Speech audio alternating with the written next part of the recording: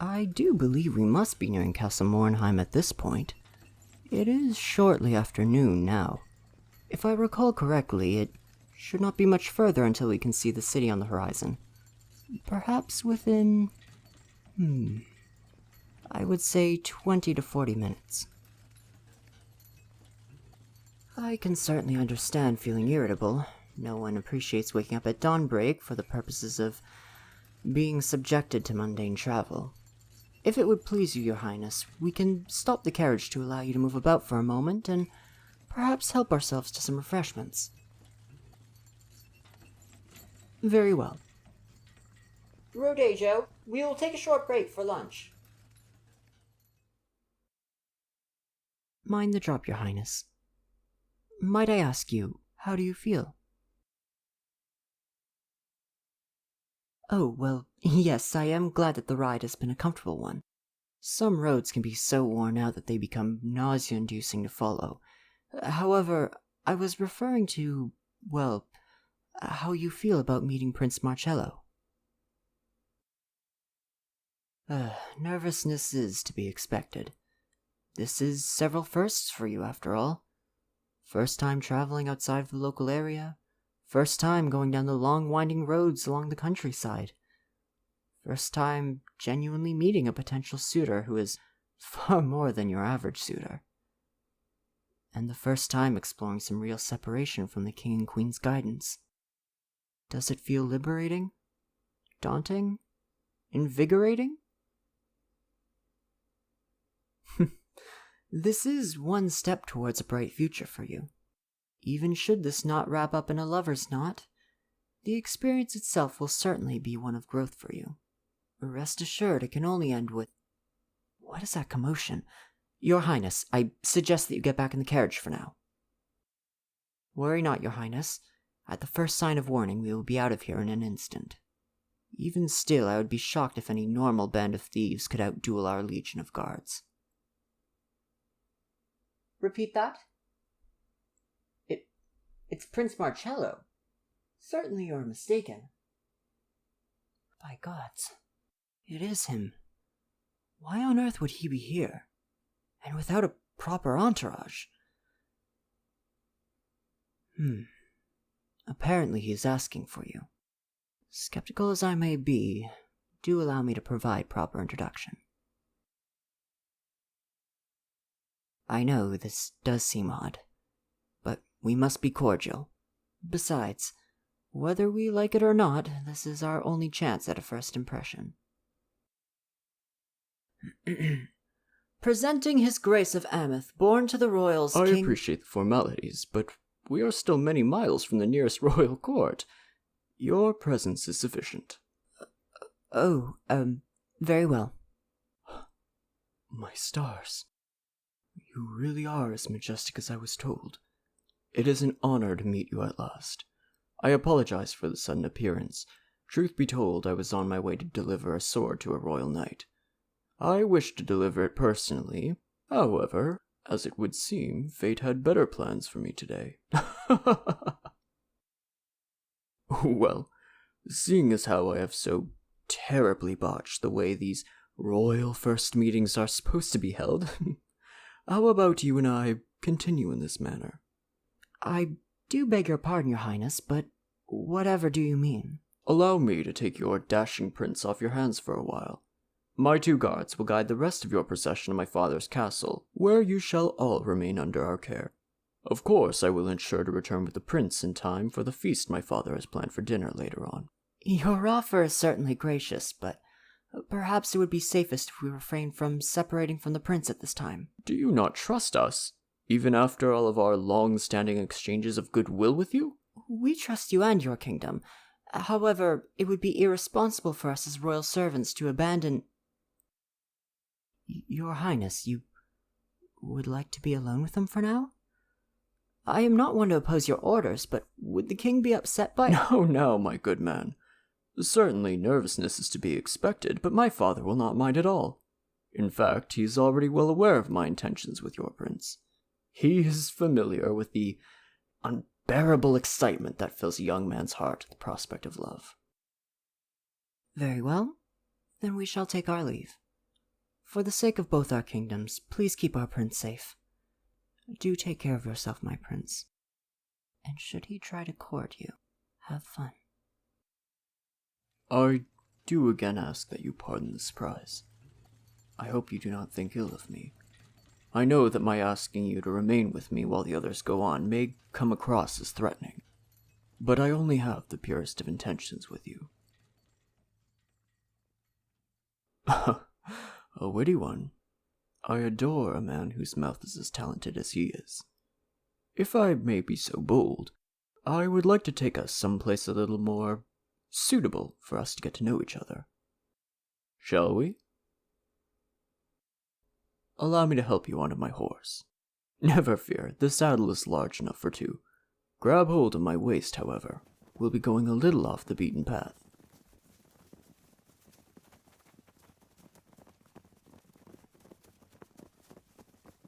You sound like you're having fun. Gotta go a little faster. Very well. Do hold tight.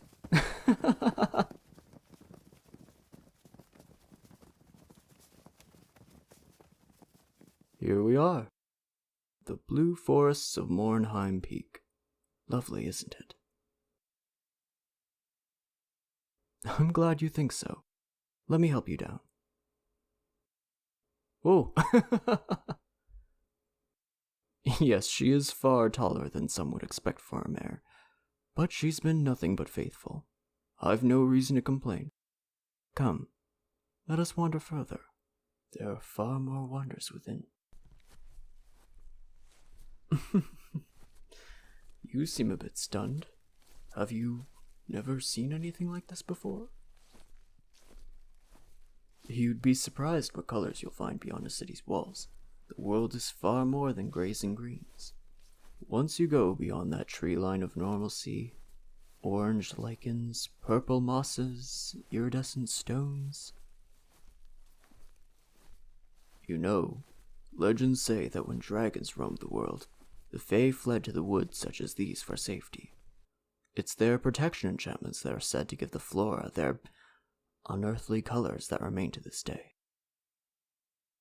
Oh yes, that is a fairy ring.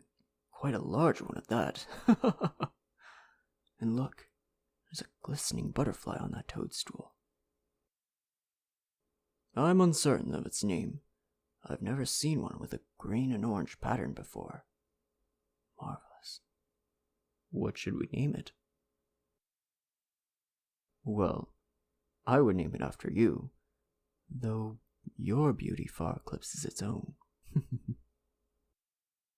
Oh dear, it seems to have flown off. Speaking of flown, you must be wondering why this region is called Mornheim Peak, despite what you would have seen being flatlands and woodlands. I would like to show you, my prince. This, my dear, is why it is called Mornheim Peak. You can see much of the southern valley from here. Mornheim itself is more westward, so you won't see it. But look down there. That's the farming town of Renbo. And towards the ocean, you can see part of Maverick, the major fishing village in the area. And you see that plot of land beyond the ocean? Yes, that one. No, that's not an island. That's the continent Maibu. Yes, we are far closer than you would have imagined, right? It's amazing how despite the world being so large, in reality we're all just neighbors. Here, let's just rest a while and take in the view. I neglected to ask about it, but I do hope your trip here was enjoyable and comfortable. Really? It was your first time traveling? Oh, my word. No wonder you're so marveled by everything. You've yet to see the world you were so sheltered from. Is there anywhere you'd like to visit? Maybe we could travel there together sometime.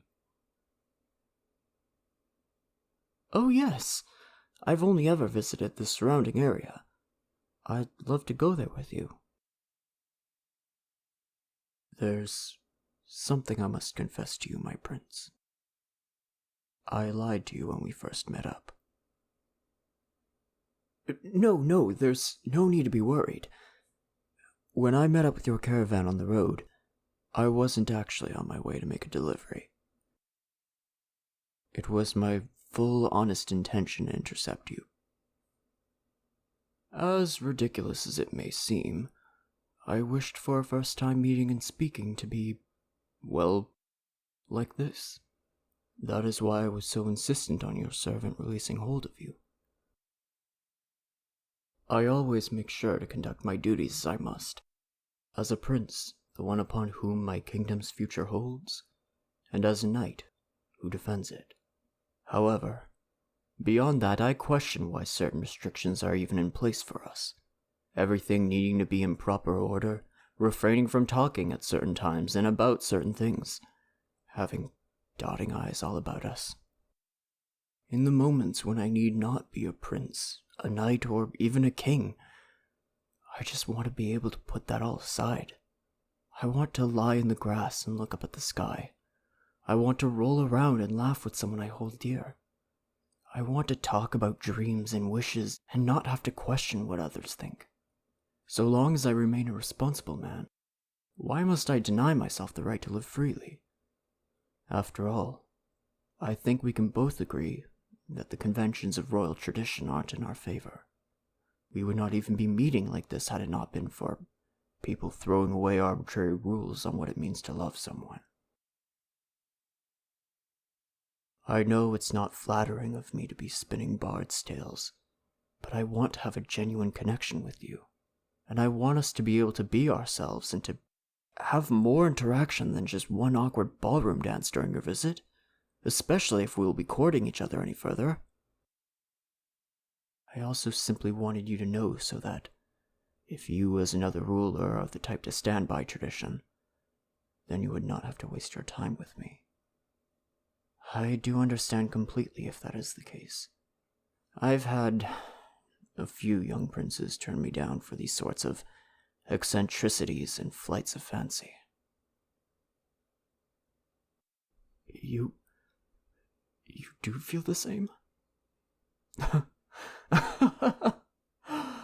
I can't tell you how delighted I am to finally have found a kindred spirit. I was starting to think I might just be mad. Well, my prince, we do have plenty of time before we need to return to the castle for the banquet. So tell me, why is it that you would like to visit?